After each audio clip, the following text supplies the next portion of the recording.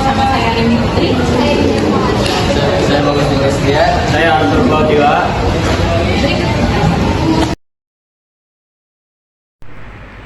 Yang pertama ada penginderaan jauh. Penginderaan jauh atau indera atau bisa disebut juga dengan remote sensing adalah seni dan ilmu untuk mendapatkan informasi tentang objek, area, atau fenomena melalui analisa terhadap data yang diperoleh dengan menggunakan alat tanpa kontak langsung dengan objek, daerah, ataupun fenomena yang dikaji.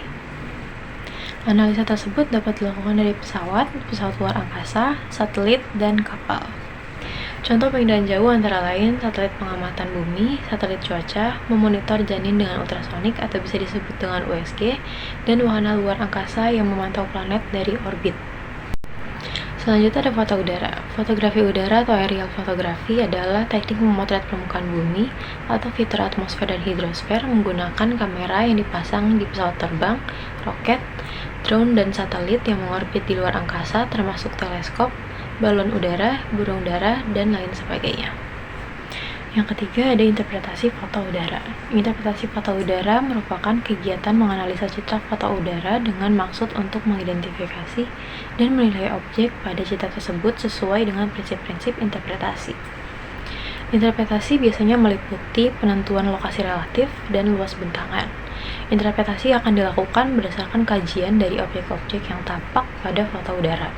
Keberhasilan dalam interpretasi foto udara akan bervariasi sesuai dengan latihan dan pengalaman penafsir, kondisi objek yang diinterpretasi, dan kualitas foto yang digunakan. Lalu yang keempat ada ciri-ciri interpretasi. Yang pertama ada ciri spektral.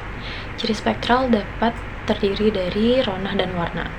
Rona yaitu tingkat kegelapan atau tingkat kecerahan objek pada citra, sedangkan warna yaitu wujud yang tampak oleh mata dengan menggunakan spektrum sempit. Yang kedua ada ciri temporal. Ciri temporal merupakan ciri yang berkaitan dengan waktu atau saat perekaman dan umur benda. Ciri temporal meliputi waktu dan umur. Waktu contohnya yaitu air pada citra foto penampakannya gelap ketika musim kemarau, tetapi cerah ketika musim hujan. Umur contohnya yaitu lereng pada arti lembah yang mudah untuk dibedakan dengan lereng lembah tua. Selanjutnya yang ketiga ada ciri spasial. Yang pertama terdiri dari tekstur, yaitu frekuensi perubahan rona pada citra.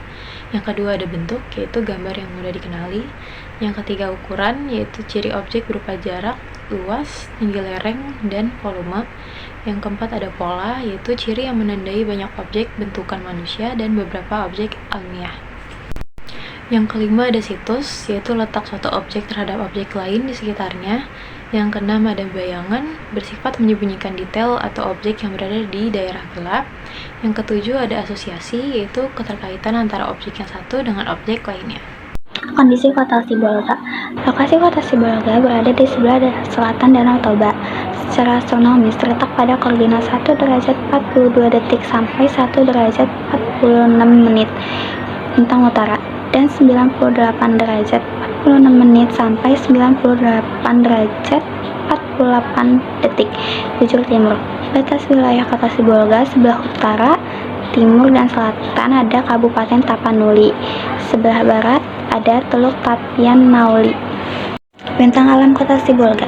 Dataran tinggi ada Bukit Panombanan Mela Sibolga berada di Kecamatan Tapian Nauli, Kabupaten Tapanuli, Tengah Sumatera Utara. Dataran rendah Sungai Aek Doras berada di Kelurahan Hutabarangan, Kecamatan Sibolga Utara, dan bermuara ke Laut Ujung Sibolga di Kelurahan Kota Baringin, Kecamatan Kota Sibolga.